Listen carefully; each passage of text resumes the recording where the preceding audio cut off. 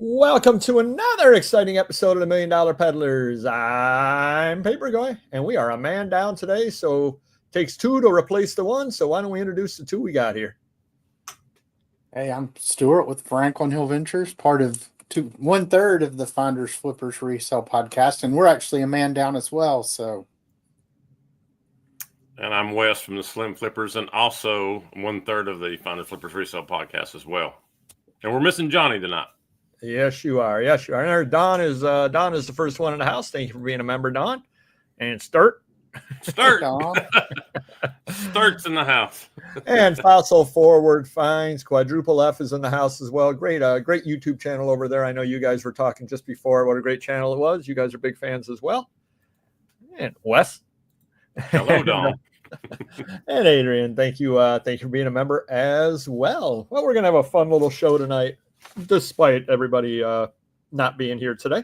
I forgot to mention, I enjoyed 44 Locks Porter. So I actually had a beer today that I bought down in Allentown and brought it home, and I saw it in the back of the fridge and said, hey, I can drink a beer. I don't have to do a shot. So with Mr. Magazine not here.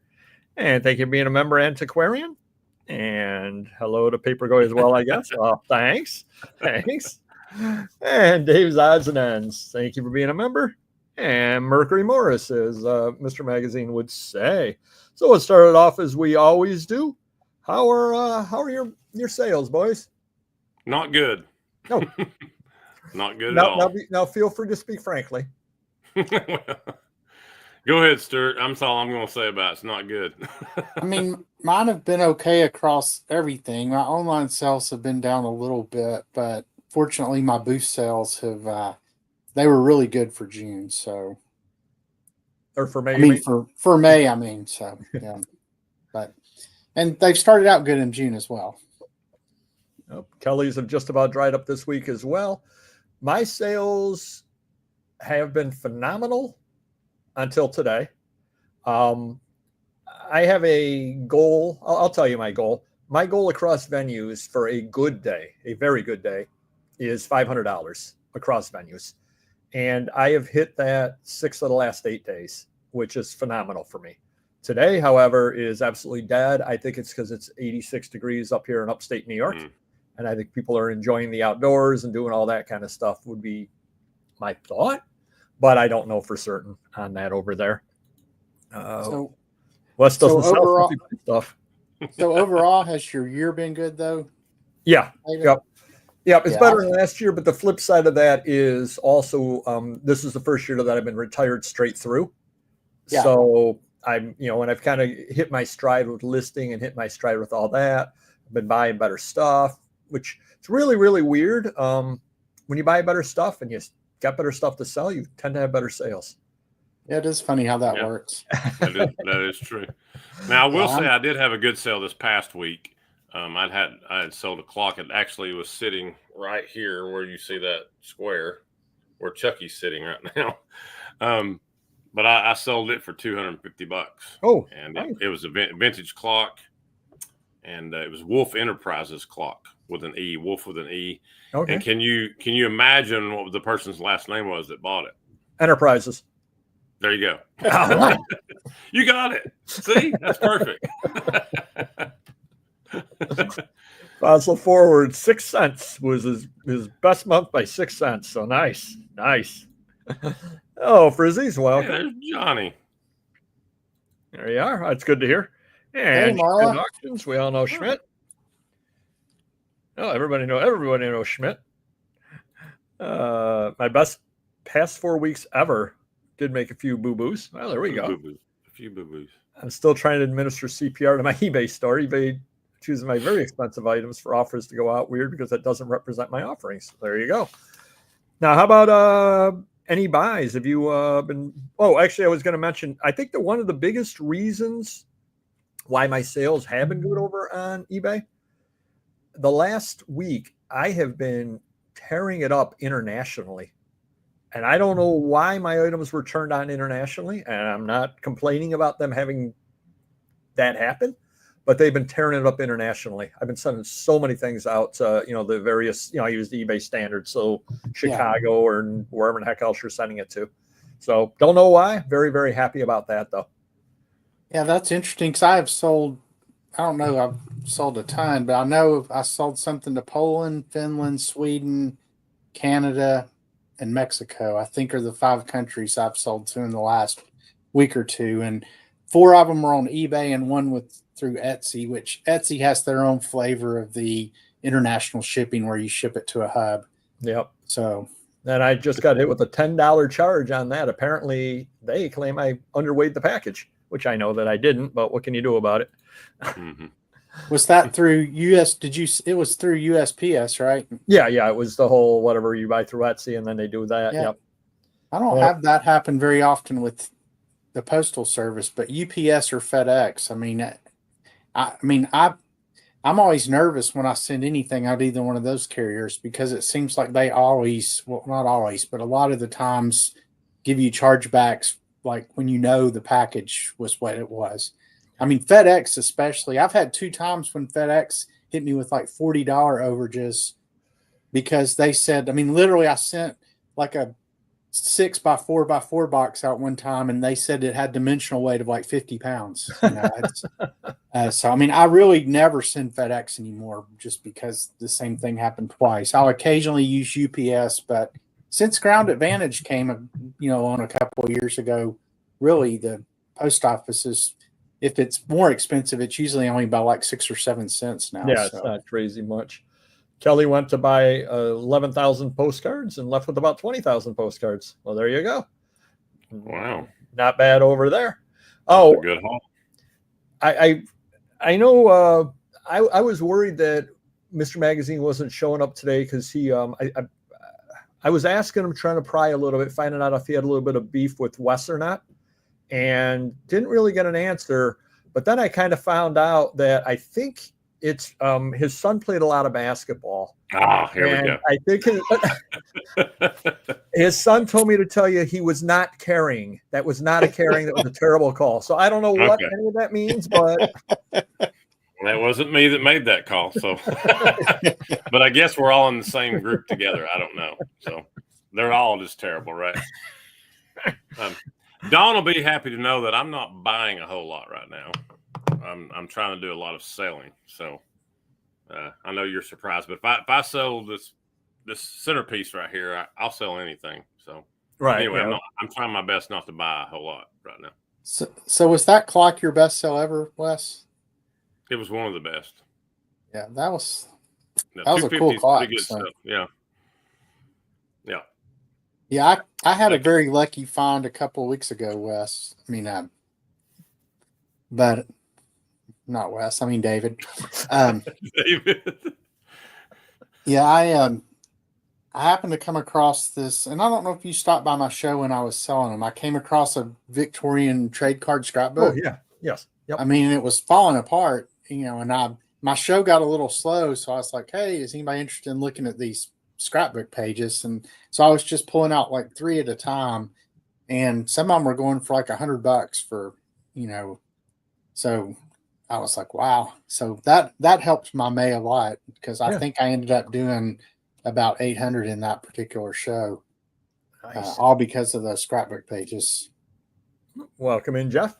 Yeah, I've sold 3 items on $1,000,000 Peddlers, 1 on Biblio, 2 on papergoy.com, and 2 on Etsy. So Etsy's kind of slowed down a little bit.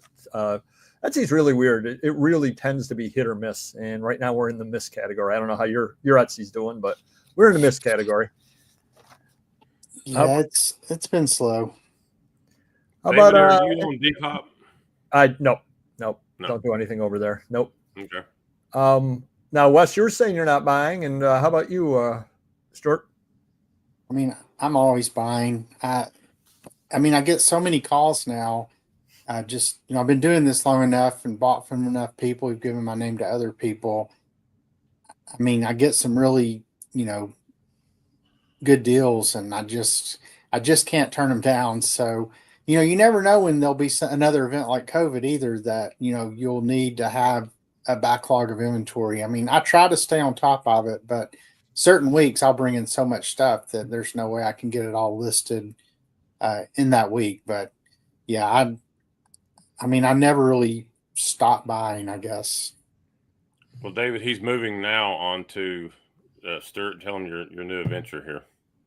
Well, it's not a for sure thing. I put in an application for another antique booth, so if I get it, I'll have four. I have 4 locations. 4 locations, 5 booths. So I'm keeping my fingers crossed that I'll be able to get in there. Welcome in, Breeze Flippers. eBay picked up since Monday. Well, Breeze Flippers took all my sales since Monday, so now we know where they went to. So at least we've solved that problem. David is one of our adjunct guys on the Finder Flippers. He comes in every now and then and joins us. He'll actually be on our podcast on Sunday night. So shout out to David. We let Johnny go on vacation to the beach, so he won't be there. So I went on a house call Thursday. I'm actually proud of myself. I went in and they wanted the books gone, but they were going to be selling the house, but they had prices on all the paintings on the wall. No, they weren't good paintings on the wall. They were all those ones that you buy through the catalog, like, oh, this is Renoir or whatever, and they're all the cheap reprint paintings and all that stuff. And the lady goes, "You want to take all the books?" And I go, don't. I really don't. So I ended up filling up 2 boxes, 47 books for $20. So you can't go wrong with that. I'll make some money off of that. I literally got home and put it all up into one whatnot auction. So I figured pretty low bar to make some money off of that. Did go to an estate sale then on the way home from that, and they had carousel magazines, and you guys probably never heard of them, but they're actually magazines with carousels. And they're actually fairly common around here, just because we've got a couple of Seabreeze Park, and then the beach has some carousels. So there are a lot of carousel lovers around here. Mm-hmm. So you find that stuff around here. Well, they wanted $0.25 a piece on them. And I'm like, I don't really want them. Well, tomorrow's half price day. Maybe I'll go back. And I went back for 2 for $0.25. And as I walk up to the house, they're all sitting out in front. Somebody had just bought them. I was about 5 minutes late. And I was going, yes, because at 2 for $0.25, you got to buy them. But, they'll sell for 20 to 25 bucks a magazine. Mm-hmm. But I might sell 2 and then sell 1 next month and 2, 3 months from now. So yeah, it's a lot of money potentially, but it's a lot of storage and a lot of time as well. So it was, I've never been so happy to not buy something as far as that went. Understandable. Let's see. Went over to Canandaigua Friday where I got it was an estate sale. Now that's one of those estate sales that you dream of, but it didn't really have anything too good. It was one of those out in the middle of nowhere sales. I got there at 2:00 in the afternoon, and there was literally one other customer, and it was the first day of the sale. And those are those ones that, because it's so far out, it's a 45-minute drive for me, that you just know that people haven't gone through everything yet, and you could still find stuff. But I found a few things, but there wasn't anything particularly special there. But that's the problem with the ones real close, the ones in the city, everybody goes to. But you get something way out there, then people don't want to drive if it doesn't look that good. But I ended up going out there, and then we ended up having dinner with the Ruse. I know you know the Ruse. I had dinner with them. It was her birthday, so we went to a Philippine restaurant and had a nice dinner. So that was a lot of fun as well. Tomorrow I've got to buy. The guy said to me, and I bought from him before. He said to me, "Come on out and bring somewhere between $2,500 and $2,800, and I'm filling your car for you." I said, "Oh, okay." So we are driving out there tomorrow, and I'm not exactly sure what I'm bringing. I just hope I don't get rolled. Just $2,500 worth of something. Yeah, exactly. My car is getting filled, and I'm going home $2,500 later. So that's all that I know. So, David, do you find when you go to estate sales either later in the day or the next day that you still tend to find a lot of stuff? Oh yeah. Yep. Yeah, me too. And a lot of it's just because estate sales, a lot of times I focus on books, and at least here, the estate sales I go to, I'm one of the few people looking at books. And so a lot of times I'll go on the second day when it's half off, and there'll still be, like books from the 1800s there that nobody's picked up, or, and then paper too, for whatever reason down here, not a lot of people are looking at ephemera stuff. And So usually that's always still there when I get there. But David, we may have talked about this before, but do you deal in comic books and stuff too? Yeah. Do you? Yep. Because I know Breeze Flippers, he does that a lot too. Just seeing him on here still, he deals a lot in comic books as well. Yeah, and I'm sure. Well, if Breeze Flippers hasn't checked out the couple of the videos I put up, I did pick up, and I did put a video up about it, a coverless Fantastic Four #1 at an estate sale about 2 hours after it started. It's about $1,000 book coverless, and I picked it up for $2. I think I paid for it. So things are still out there. That's his biggest category. Yep. So if you haven't checked them out yet, Breeze Flippers, I've got a couple of haul videos, comic book haul videos, and one of them was Fantastic Four one, and then there was another picked up a JLA one and a Journey into Mystery 84, which is the second appearance of Thor. I picked them up at a sale as well. So some good comics up this way, if you hit it right. And then Friday, going over to Madison Bachville, which is a big antique show. Unfortunately, it's supposed to be raining in the afternoon, but we'll see how that goes. And then Saturday, we have Beer Fest. Random Neighborhood Kid turned 21, and we have a beer festival up here that we're going to with it's unlimited pours from 5 o'clock till 9 o'clock. And me and my buddy are betting on whether Random Neighborhood Kid makes it till 6 o'clock or not. We're betting no, but so we'll somehow I think he'll be like sleeping in the back of the Uber on the way back home. But glitch of the week. Now, I don't know if you noticed a lot of glitches this week. The only one I noticed is I went to buy something or other on eBay, and at the top of the page it said $10 off if you spend more than $70. And I went to buy something or other and put the code in, and this code is not working or does not work. And I'm like, oh, then why did you have it highlighted at the top of the page? I think Johnny has had the glitch of the week, Stuart, with Depop. He got that's he got reinstated back to Depop. Yeah, make sure you go watch our latest episode, and Johnny goes in depth about his whole Depop adventure. We touched on it on our live the other night, but yeah, it's crazy. I mean, to make a long story short, he got kicked off Depop a while ago. They didn't even appeal it, but then Depop reached out to them about coming on, reinstated him, and then with like 20 minutes of reinstating them, they got a warning. No, he said it was 3 minutes. He said it was 3 minutes. 3 minutes after they got reinstated, they got a warning. They gave him a warning. Something for one of his items. Fake. So nice. Hello, Mary. Oh, there's Mary. What's up, Mary? That's funny. And then the only site change I really noticed, which have you been on Whatnot recently, Stuart? Yeah, I was on some shows last night, and I like the new interface from a from a buyer standpoint. Especially, it looks like they finally added some of the functionality to the desktop version, like the ability to pre-bids there now, which you couldn't do that before, except from the phone. So yeah, I really like the new interface. I haven't sold yet under it, so I'm having a sell Friday. So hopefully I won't get on there and be like, where is everything? But no, it's still the only thing is in order to get to your shows, it's a little button right in the center. So you don't go to your icon any longer and click on it. It's right in the center of that page. And you click on that and it'll say like Seller Hub or something like that, and then that'll take you right to all your shows.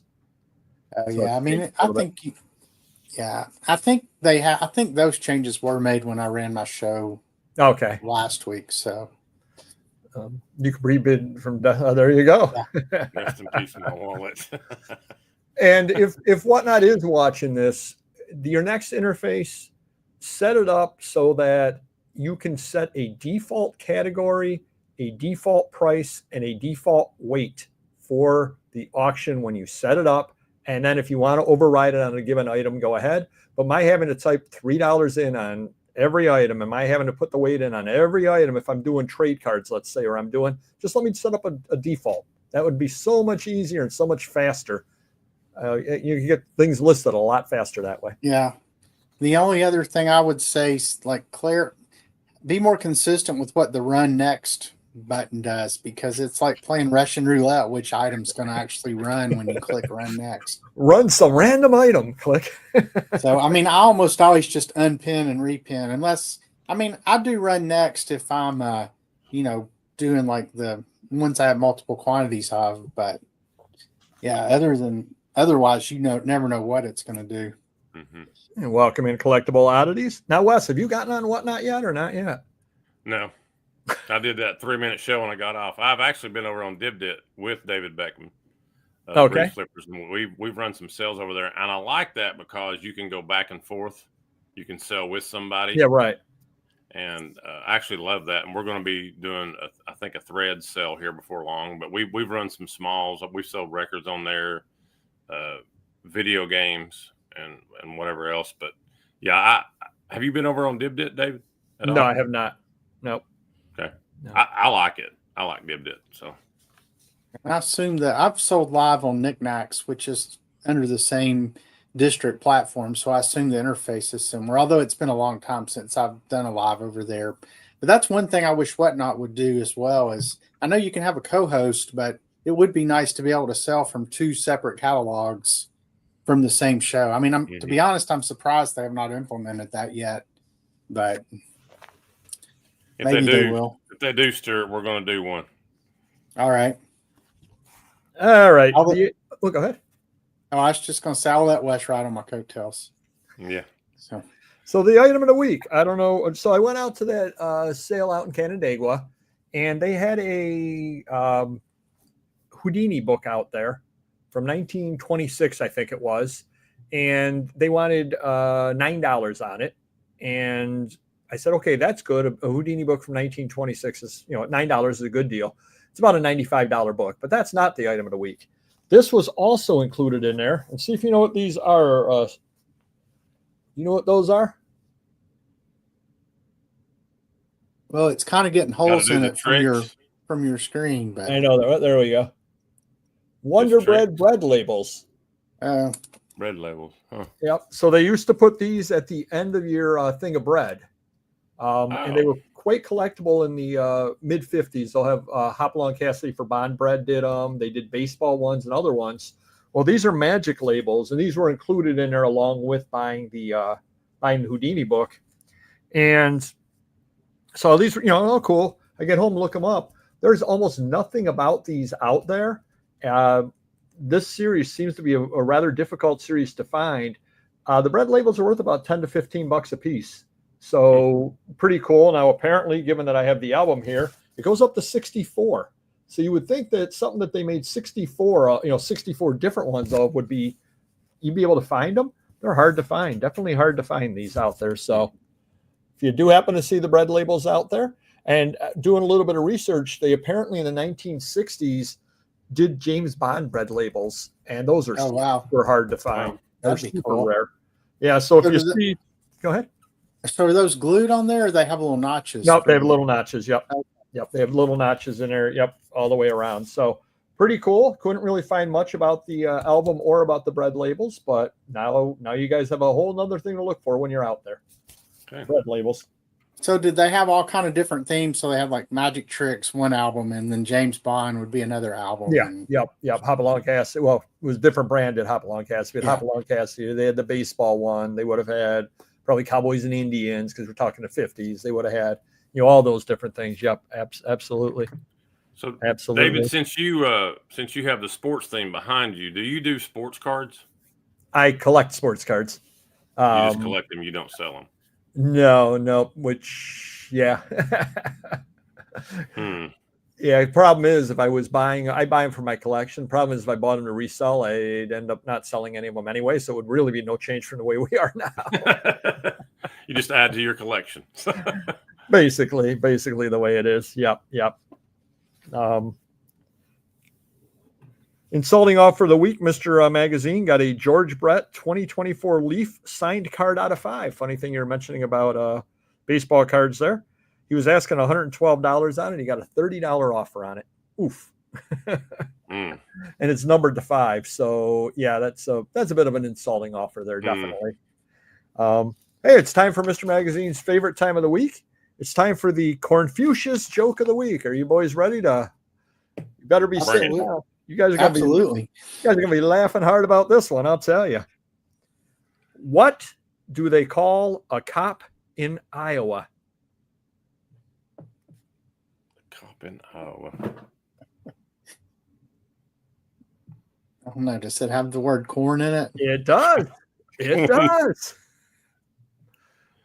A I don't know. cornstable. Constable. A constable. What else? A cop in Iowa, a constable. And that was the Homer and Jethro Confucius Say joke of the week. Stop by any of my Whatnot auctions 20 past the hour. You'll hear another wonderful joke, at least as good as that one, and that I can guarantee. Oh, there we go. So collectible oddities remembers collecting the red labels back in the 50s. Yep. One of my finds of the week, a stack of 70s DC and Looney Tune Wonder Bread cards. Oh, in mint condition. Those are tough to find in high grade because a lot of them were issued in the bread, so they have the stains on them. Yeah, I had a good find the other day that will be coming to my Whatnot show Friday. I got a bunch of Western movie posters from the 40s and 50s. I probably have about 50 of them, I guess, that I'll be auctioning off. So, but see, now Breeze Slippers is going to be using that if he gets pulled over. We're going, excuse me, Cornstable. Yeah. I'm sorry, Constable. Customer issues. So I had a guy, I put up a magazine. It was like a wildlife magazine. And the cover had like a Midland gorilla or something like that on it. Gentleman goes, hey, does this magazine have gorilla pictures inside and can you post them? Okay. So I dig it out. I post it. Don't hear from the guy. 2 days later, he asked me, oh, you got another one of that title. Does that have gorilla pictures in it? And can you post it? No, it doesn't. No, it doesn't. If I've got one with the gorilla on the cover and like 5 or 6 pages of wonderful photos and I put it up and you don't buy it, I'm not going through every darn magazine in my inventory putting up pictures for you. No. And the thing is, people like that ruin it for everybody. And they just don't, I mean, I guess they don't care. But, you know, I've had people before ask that as well. Hey, does this magazine have such and such a band in it? I'm in that band. Yeah, it's in there. Thank you. Okay. Why were you asking me if you're not going to buy it? Well, even in the pictures, David, that you have, I mean, I try to put up as many as I can, and it's sitting right in there in the picture that you put up, and they're still asking the question. I'm like, go look at the pictures. They're there, you know. Why is this live on 3 channels? The chat is different in all of them. To confuse you, I guess. Yeah. We're taking over the internet. Yeah. We're the new AI. We've taken over everything. Yeah. I got this one's great. You're going to love this one, Stuart.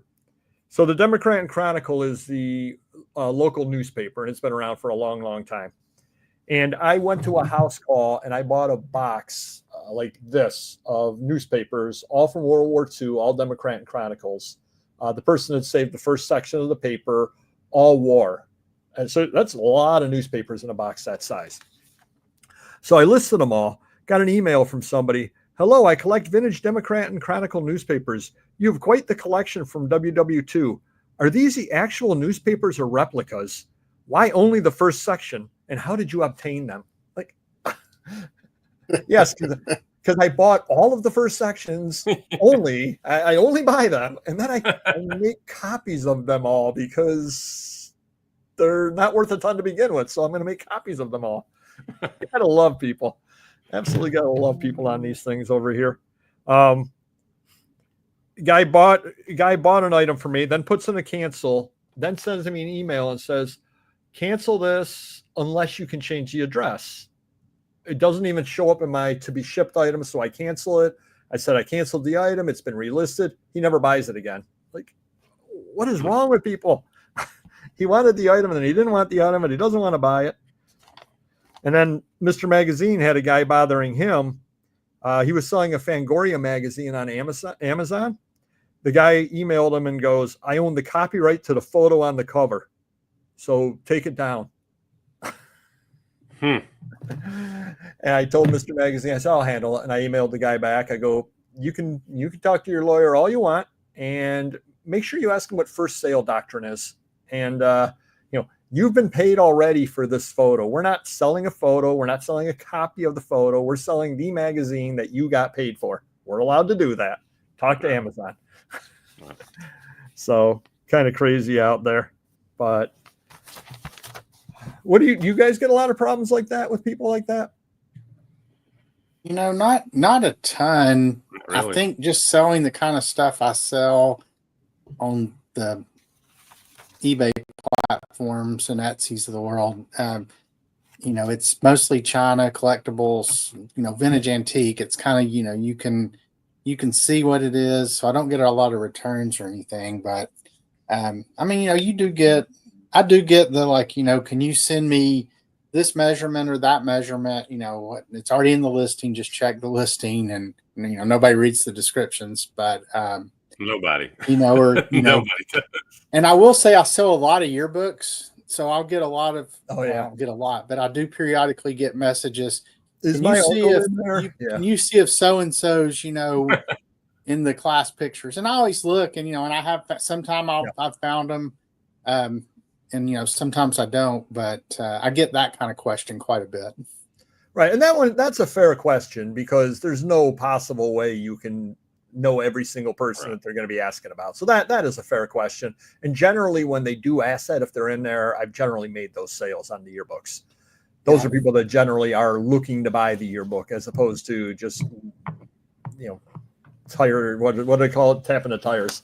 So kicking them. I did sell a yearbook the other day that had Don McLean of American Pie fame. Nice. What'd that go for? I think I sold it for 45 or 50, something like that. So not did a huge he sign sale, the yearbook, Stuart? No, he had not. It wasn't his yearbook. So I did, and college yearbooks aren't typically autographed like high school yearbooks are. Right. So it was his college yearbook. And then the only other I guess I sold one with the Weezer guitarist. He went to high school here in Knoxville, and that one also sold for like 45 or 50. So I got listed the college yearbook of Gloria Steinem, which I figure I'll sell at some point. And I don't know where it is. Somewhere in the basement, I got a college yearbook of Dick Clark. And believe it or not, he was voted like Mr. Personality, most likely to succeed, all those different things in there, he did pretty good for himself. He didn't do too bad, did he? And then the other yearbook that we find regularly around here, and I've sold a number of them before, are I don't know if you know who Tom Golisano is. He you've heard of Paychex, the payroll company? Yeah. Yep. He was the founder of Paychex, and he was dating what was her name? Steffi Graf, I think he was dating for a while, and all that. Oh, the tennis player, yeah. Yeah, yep. So his yearbooks will sell, and you find them around here. So speaking of famous people, Stuart, did you go to school with Johnny Knoxville? Was he there? Well, he was not. He was more my brother's age. So he's in all my brother's yearbooks, but we were set. He was a year younger than my brother, and so yeah, I just missed being in the same yearbooks with him. But yeah, my brother, he's got all kind of pictures with him because they played basketball and baseball and stuff together as well. So, but yeah, you find his yearbooks around here sometime. Yep. So I had a Jackie Gleason piece of sheet music, and I was asking $24 on it. I got an email from somebody. One sold in March for $5. So unless you get to a realistic price. So I wrote back to them, wow, so I have the only one left. Thank you for letting me know. I'm going to have to raise my price. Have a great day. And then I banned them. Up to 35. Banned. They got banned for that. There's a way to tell me that you feel that I'm overpriced and that you would be willing to pay a different price. Mm-hmm. The way he did it was not the way to do it. I do have this Eleanor Roosevelt signed letter right now that I'm trying to decide the best way to sell. I mean, I looked, her autographs don't go for just like a ton, but this one's pretty interesting subject matter. So I'm hoping maybe I can get $50 to $75 out of it. No, thank you, Mary. I do appreciate that. Have you ever read about Eleanor Roosevelt? I mean, she was very, very progressive. Very progressive.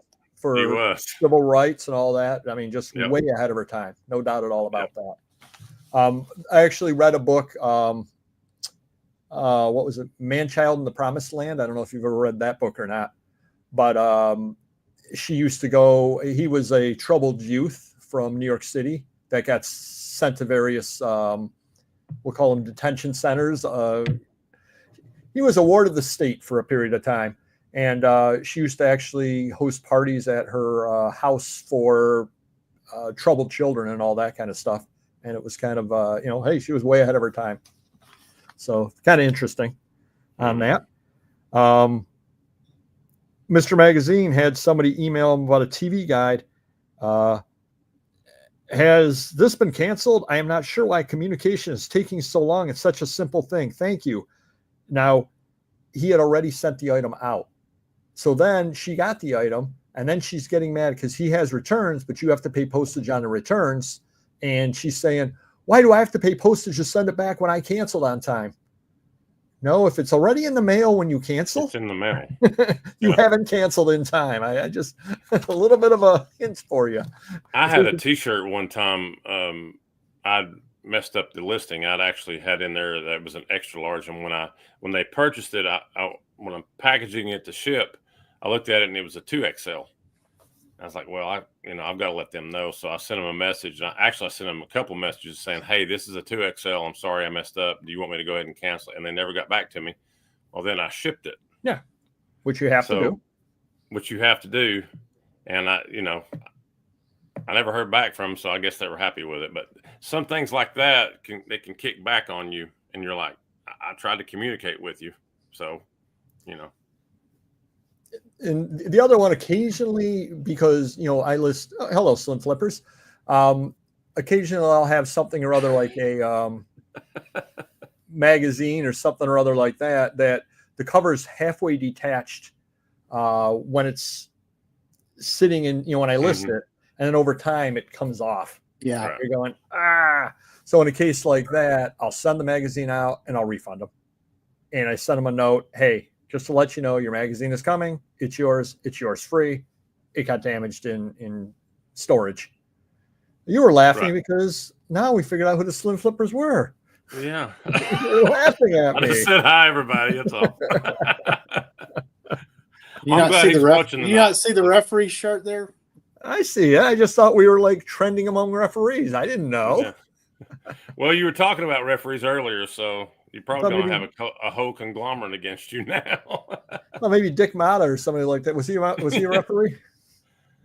I'm not sure. I don't know. I think he was. I'm trying to think of all the referees. The name sounds familiar. Yeah. I'm not sure. I get coaches and referees mixed up, so they all. Dick Mata? Yeah, he was a coach, wasn't he? He was a coach. Yeah, I think he was a coach. Can't think of any referee. But he probably thinks he was a referee. So I'm sure he thought he could do the job better than the referees. Yeah, that's right. They want to help us on the calls. One of my best ones was I had a coach one night. He said, I want to talk to you. And I said, around over there. And he goes, tell me, how did you miss that? I said, because I missed it. He went, what? I said, I just flat out missed the call. He goes, oh, well, that's refreshing. I mean, if I blow it, I blow it. We're all human. So I'm sure you've, I mean, it's not exactly refereeing, but it's umpiring, but I'm sure you read the Ron Luciano books, The Umpire Strikes Back and all those. I have not. Oh, you definitely should read those. There's some great stories in there. He used to battle with Earl Weaver and all that back in the day. Mm-hmm. So he's got some great stories. Was he with who was he with? Earl Weaver was with the Orioles. Orioles, yeah, that's right. Yeah. When I can picture those videos of him kicking the dirt and yeah. And Luciano said that there were a few times when he may have imbibed a little much the night before, and he just wasn't feeling it the game. So a couple of the catchers that he trusted, he had them call balls and strikes for him. And he said the best was Elrod Hendricks, I think it was. Said the thing was a ball and threw it back, and the pitchers yelled at Luciano, "Oh, he's messing up the calls. That was a strike." Well, one of the best one was I cannot remember his name. Maybe y'all can help me. He used to be with the Yankees. Remember, he used to pick up the bases and throw Billy them. Martin. Billy Martin, yeah, he was one of the best. Just raising Cane. Yeah, Billy Martin. Yep. And head down here, and unfortunately, Johnny wasn't able to make it there. We were going to talk a little bit about the Cal Ripken Jr. Charlotte Orioles card, Charlotte card. I don't know if you mentioned that to him or not, but I know he's a big fan. So he's got two more very, very, very expensive cards to look out for.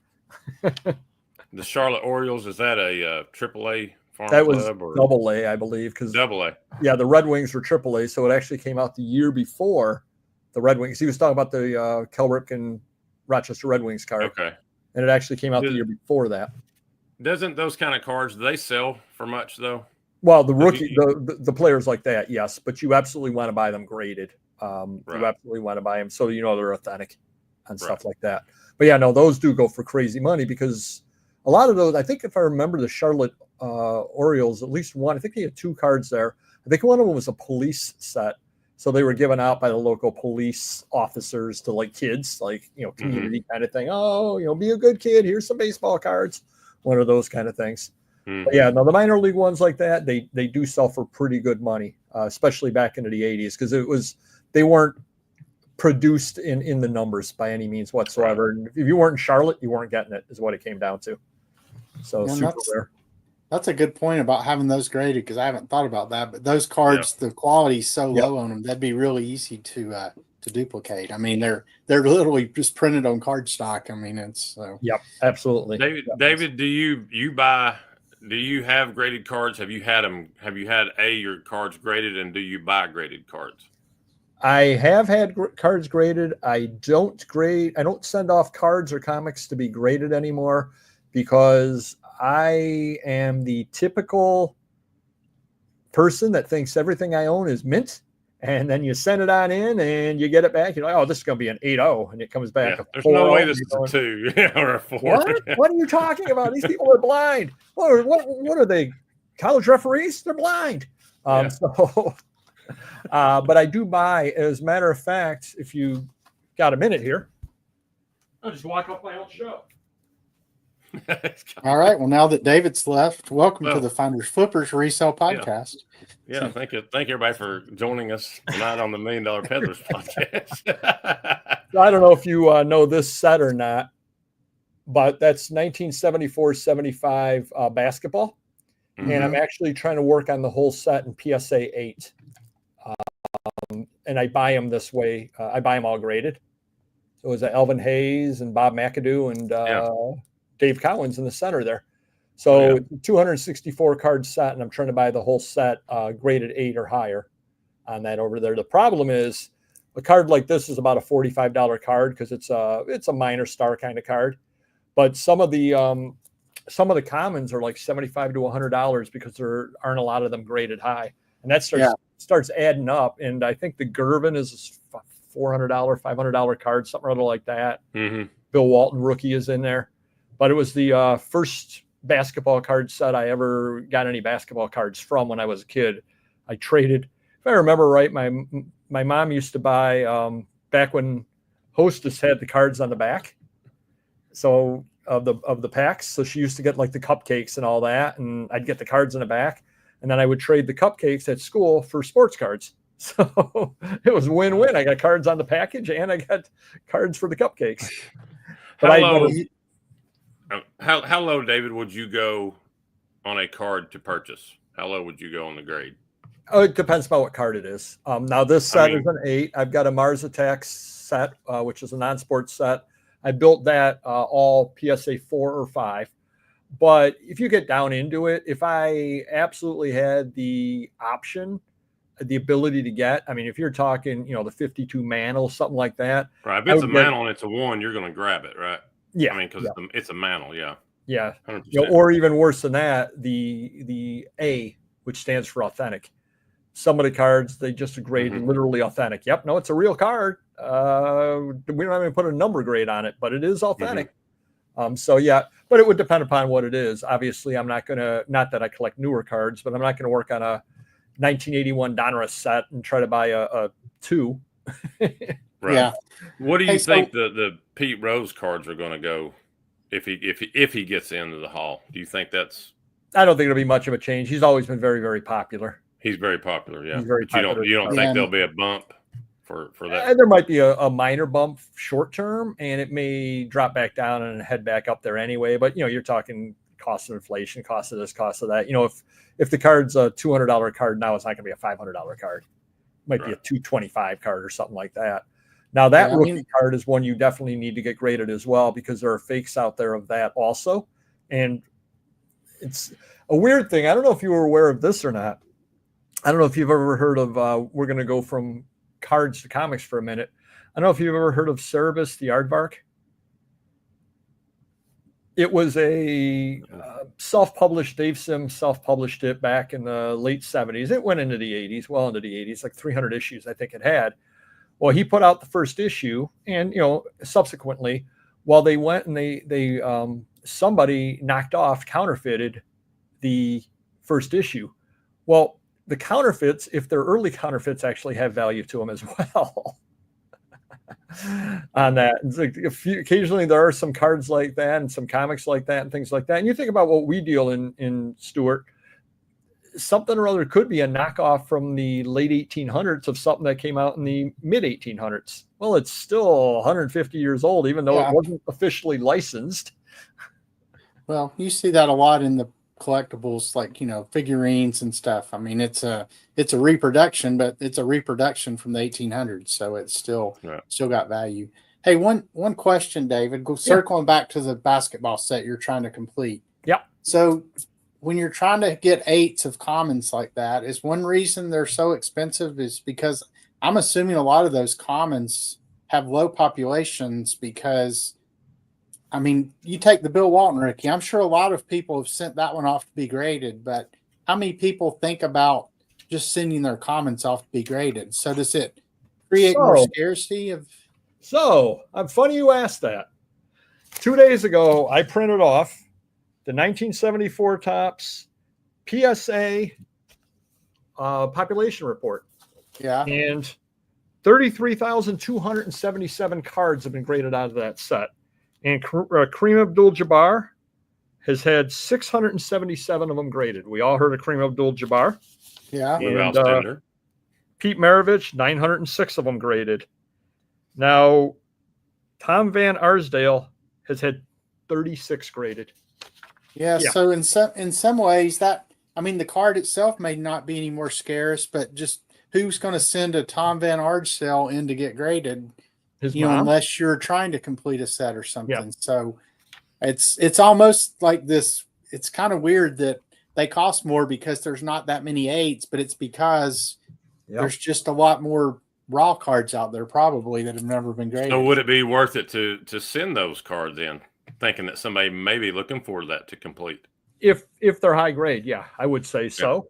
Just because of that, like you were just asking Bill Walton, 1,869 of his cards have been graded. 491 of them have been graded 8s. Yeah, so I mean, so there's 491 Bill Walton 8s out there, and and it's got value because it's Bill Walton, but there's a ton of them. So yeah, the whole grading thing in some ways, it's I understand it, and it creates this. It creates, I guess, scarcity on cards that aren't really scarce just because somebody said this one's in better shape than that one, and there's a part of me that thinks that's kind of crazy, but I understand it too. Like Clyde Lee has 27 copies graded, 12 of which have been graded 8. Hey, Clyde Lee, he was a Vanderbilt. Hey, go Clyde Lee. Yeah. Wasn't he Vanderbilt? If you say so. He's like, sounds good to me. But here's the thing on those, though, on the grading, you will end up finding out that there will be some cards from some sets that, because of their placement on the sheet, or because the way that they used to do the packs is nobody really cared. Kids were buying a pack. Well, they didn't really randomize the cards when they went in there. So this card could always have been the first card at the bottom of the pack and gotten the bubblegum stain on it. Or when they did the printing, that card generally was off-centered. Like this entire row was generally off-centered. So you may end up having some common from one of those sets that is truly difficult to find in 10. Truly difficult to find. There might only be 2 graded copies of it that are a 10 with hundreds of them sent in, and some other card could have hundreds of them sent in and have 40 10s. Yeah. Well, the one that only has 2 because of where its placement on the sheet, or because whatever it was prone to print dots for whatever reason, all of a sudden that truly is a $500 card, when as a common it's a $2 common. So because what people try to do is they have the registry. I don't know if you're familiar with the set registry or not, but you can register your set, and they then go across the set. What is your average grade of your cards? And I get that set all in 8s with a couple of 9s. My average grade might be 8.10 or something like that. Well, if I'm a competitive person, well, I've got the 7th best set. I want to get to the 6th best set. So I'm going to buy a 10 of this card and a 10 of this card, and I'm going to re-register with these cards in there. Oh, now I'm up a little higher. Well, Wes, who had the set that I just passed, well, I'm not going to let this guy pass me. I'm going to buy a 10 of this. And people get into that whole thing there where they keep buying cards to try to have the best set out there. Here's a couple that I have, David. I don't know if you can see them or not. Oh, yeah. Was it? Hold on. Oh, Cal Rip. Yeah, I see Cal. Cal. Oh, Cal. Yeah. Jim Palmer over there. There's another Cal Palmer, right here. Yep. Here's the sad thing. If you were holding up 1975 Topps baseball cards and covered the names, I could probably tell you who 80% of the players were. I had a lot of friends as a kid. That's Yeah, I used to go to Kmart and get this 1975 cards in those. They were those the cello packs that had the cello. Yep. Yeah, the three sections. They were in a little cardboard. It wasn't like the cello packs that came out later, but they were. Oh, it was the 3 packs with the cardboard in the back, and then they had the thing over it, so you couldn't. They were the regular packs, but they were that. And way. I think you got one of the minis when you opened it too. Like there was one of the 75 minis in those packs, and you were always trying to get the Brett mini. you call me sports enthusiast. So what year did you first start buying cards, David? 75. Yep. Okay. See, I was the first year. 74 was the first year that my brothers and I started buying them. So that was the one that had all the Aaron specials in it. Yep. Well, I got ripped off. So the reason why I started buying sports cards was Topps actually had an advertisement on TV, and it had Steve Carlton, the Steve Carlton card in it. And I go on TV, and I'm like, I'm 6 years old or 5 years old, whatever I was. I like baseball. They make baseball cards. That's great. That's great. So I'm telling my mom, we got to get baseball cards. I want baseball cards. I want baseball cards. We went down to the local store, and I bought a pack of baseball cards, and I get home. Well, what it was is I didn't buy the Topps baseball cards. I bought the Fleer Greats of the Game baseball cards, which are the oversized ones. I get home, and I go, who are these people? Pie Trainer, what is this? I don't want this. And I was so upset that was the first pack that I ever bought. That was pretty much a trash set too. I mean, it never really had too much value, I don't think. Now I guess the Ruth and all that are pretty good nowadays, but that's all. But, all right, here you go, Dave. I got one more for you, right here. Oh, Willie Stargell. Willie Stargell. There you go. I had that card at some point too. What about oversized cards though? You had mentioned those. They call them posters, but they're about yay big. Have you seen those? Are those worth anything? I have some. Anything oversized tends to be leave out things from the late 1800s, early 1900s. We'll leave that out because that's a whole different world. Anything newer, oversized, unless it's super rare, tends not to have the value because it's not the standard collecting size. So people don't usually want to do too much. I mean, people will collect a completist want it. If you've got one of Tim Raines, I'm a big Tim Raines fan. I want it, but not a lot of people work on those sets just because they don't fit the standard definition of a set. Right. A couple of other things over here. I know you guys know who David Lynch is. Yeah, Twin Peaks guy. Yeah, Yep. They're doing an auction of David Lynch stuff out there, including his camera collection, coffee makers. So it sounds like just a general like, hey, here's some junk we found in his office. Let's call it the David Lynch collection and see what we can get out of it. Yeah, I heard they're auctioning off Tom Petty stuff too. Oh, are they? That I've not heard. Mm-hmm. Yeah. There you go. So I went It was to much more fun to think it was me, Don. I went to Costco today, not to brag, but I'm a member over at Costco, and I'm setting up an Allentown paper show coming up in October, and I actually bought a cart, and it's actually a really nice cart because it can fold up into a small size. So it's a 150-pound weight limit as well. So I'm going to be carrying that around in my car with me when I go and buy, so I don't break my back all the time. Do you ever set up at shows, Stuart? I mean, the only shows we set up at are to sell our Franklin Hill Farms products, our pickles and jams. We do festivals and stuff with those, but no, I mean, since I have the booth, I don't ever really do shows of any sort. That's the first thing. I mean, I did a couple of flea markets back 25 years ago and absolutely hated them. So I figured after 25 years, maybe I'll give it another chance. That's how I started. Like before I had booths, I had a guy that I did a flea market booth with, and I didn't like it because you had to be out there every weekend. I like the booths because they're, I mean, I work at them occasionally, but you don't have to be there every day and your stuff still sells. It's more passive than having to be at the flea market every weekend. So, yeah. So this one's for you, Stuart, but I'd be interested in hearing what you say as well, Wes. Did you see that GameStop is on Whatnot? No, I did not. No, I did not see that. Yeah, GameStop is starting to sell over on Whatnot. And if you go on Reddit, you know how level-headed everybody always is over on Reddit. They're sitting over there saying, why is GameStop on here? What, they don't need to be doing this. It's crushing the small sellers. What are they doing? Yada, yada. So what are your opinions on GameStop being on Whatnot?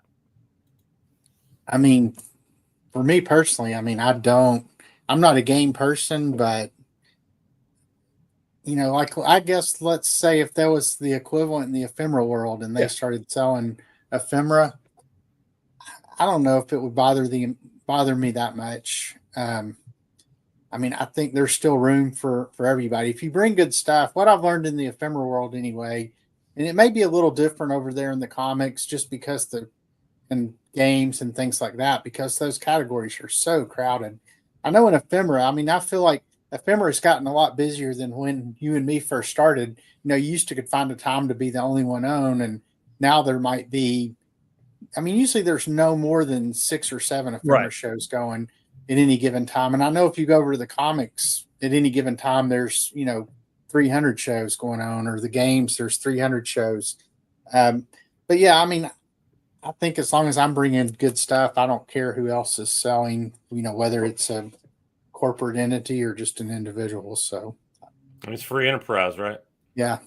I guess my point was, what I wrote down is a rising tide raises all boats. Yeah. And when you get to it, if GameStop or the equivalent of it in an ephemera, or the equivalent of it in books gets on there, it's going to introduce more people to the app. And that's a positive. Mm-hmm. Yeah, a good example. I mean, how many people in the postcard world do you think Popeye bought to Whatnot when he started selling postcards over there? I'm sure a ton, that bought from him on other outlets that, now came to Whatnot. And I'm sure they still buy a lot from him, but they buy a lot from us too. So, well, just like you two guys and him, I never looked at postcards before when I went to estate sales. Now I'm going in there trying to see what they have and trying to find things like that. I would have never even thought about it. But you're talking about raising the boat up. That, to me, that's kind of raising everybody up. Yeah, absolutely. So, yeah, absolutely. So, but it is fun. If you want some fun, go over to the Whatnot on Reddit, and every other person's a scammer, and every other person's this, and every other person's that, and it's just fun to read and take it all with a grain of salt. And then, of course, they should shut the app down. There's nothing on there but scammers and all this stuff. And you're like, yeah, no, not at all. So every once in a while, I'll make a level-headed comment and probably get voted down, shouted down for being level-headed. I don't know. A lot of people spend way too much time worrying about what other people are doing, and just, I try to only worry about what I can control. And yep, absolutely. So. Well, not to stereotype a given category, but the areas where you see a lot of the problems that tend to be the comments that tend to be card breaks and tend to be Pokemon and things like that, which probably appeal to a bit of a younger demographic. Mhm. And we're a little bit more seasoned, and thus we might be more willing to give somebody the benefit of the doubt, and a little more willing not to fly right off the handle and you're a scam. Maybe there's a reason why my card hasn't come yet, as opposed to you're a scammer, which is the first thing that the young kids go right to. Well, overall, there's very little drama in the ephemera category. I mean, occasionally some will pop up, but it's very rare, and there's enough regulars in there. It's usually squashed pretty quickly. Yep. So, I don't know if you guys saw Amazon in Europe. They have a box making machine. So what they're doing now in Europe, because Europe is all over the sustainable and all that stuff. So what they're doing is when Amazon sells something, it gets scanned as to its size, and then Amazon has a box custom made for it that's the right size for it. And then they're not putting bubble wrap or any of that in there. They're using recyclable paper as the filler in it. And so that's the way they're going to keep the sustainability, so their carbon footprint stays low. So rather than, I know we've all bought something before, you buy this cup over here and it comes in a box that's this big. And you're going, what the heck? Well, now they're just custom making a box that's the perfect size for it. So yeah, it's funny Amazon's doing that, because I was getting ready to say exactly what you said. Oh, so they're not going to send you a box that's 10 times bigger than the item with 2 pieces of, air pockets in there. So yep. So they're changing the way they're doing things as well. So it's kind of interesting on that. Couple of other interesting things, and we'll let you boys go. Definitely do appreciate having you on. Have you guys do much on eBay? Have you had a situation where people do local pickup? Occasionally. Yeah. I mean, a couple times here and there. I mean, most of my local pickup is Facebook Marketplace. I mean, and I sell a ton. I mean, all my Facebook Marketplace listings are either shipping or local pickup, and 90% of them are local pickup, though. And I just do front porch pickup, so I don't have to worry about going and meeting somebody. I know a lot of people are like, I would never give anybody my address. Your name's on there. All they got to do is Google and they'll have it. So, Right. It's not like you're giving them a big secret. But yeah, every once in a while, I'll do a local pickup. I've actually done one local pickup on Whatnot, but only one. Oh. So, okay. Well, the thing with the eBay, I guess they give you that code. They give you a code you have to put in. And the person I think I've done local pickup like 4 times on eBay, and not once has the person ever been able to find the code. And it's not, and they've always left me positive feedback, and I've never had an issue. But yeah, I'll go with, they said they should have messaged it. I can't find it, and I'm like, don't worry about it. I know that you're not gonna. The only way you'll get in trouble, I guess, is if they say you never delivered in my item. But I don't know. I guess for whatever reason, I felt those people were trustworthy. So, Mr. Magazine had a situation where somebody bought like 8 items from them. They paid for 2 of them, and then felt that, okay, I've paid enough shipping. So then they put local pickup on the other 6, and like, okay, ship them all out to me. I paid the right shipping. And he's like, okay. So he shipped them out, and then he ended up getting back the codes.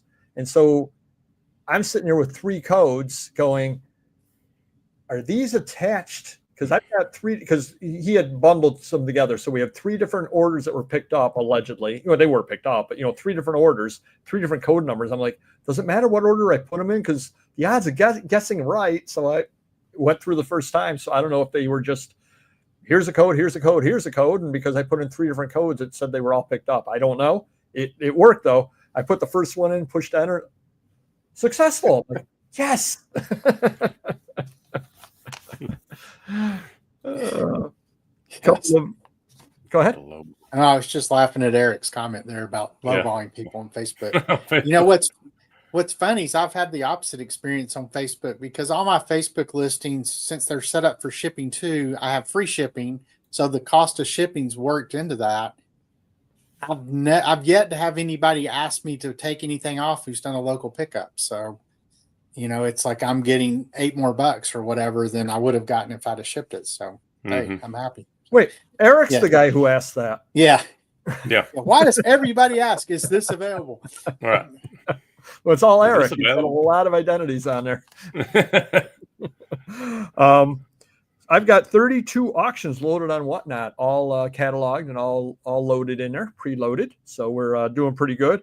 And you're going to love this one. You guys probably have a general idea of what my schedule is. I'm part of the Enfuego auction coming up, which is kind of not adult, but sort of risque type items. I had actually picked up a few of those items from Vintage View. I don't know, you know him, right, Stuart? Yes, Vintage View. Vintage View. He'd actually sold me some of those down at Allentown, and I put an auction up. And then I said, well, wait a minute, you guys are doing a show. Schmidt and all them were doing a show with that. I said, can I be part of the show? I said, but they're half-hour time slots. I've got more items than I could put in a half hour. What if I go last? Can I go long? And they said, yep. I said, there we go. And then I realized it's 11:30 at night. I wake up at 2:30 in the morning. So this should be an interesting show to see me fall asleep in the middle of my show when I am on that one. That one should be a lot of fun. And then I was actually talking with, and he says hello, by the way, Stuart. I was actually talking with Mr. Buys a lot. We ended up consummating a deal. We're going to be having him on the show probably in July to talk about it. But he was saying, we were talking about the ephemera category, and we were talking about the number of people in shows, number of shows up. I was by the other day about 2:00 in the afternoon, and there were 4 or 5 shows up, and they were getting about 2 to 7 people in the show. And because he sells in other categories, and he was saying, yeah, ephemera is just, it's not a big category by any means whatsoever.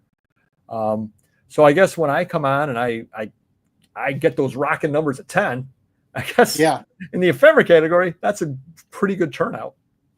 And what's weird, David, is so I go on every other Friday, 1:00 p.m. Eastern time, Franklin Hill Ventures. So make sure you go out there and bookmark all my shows. But, I'm kind of the same. It seems like no matter what, I always have between 8 and 16 in the show.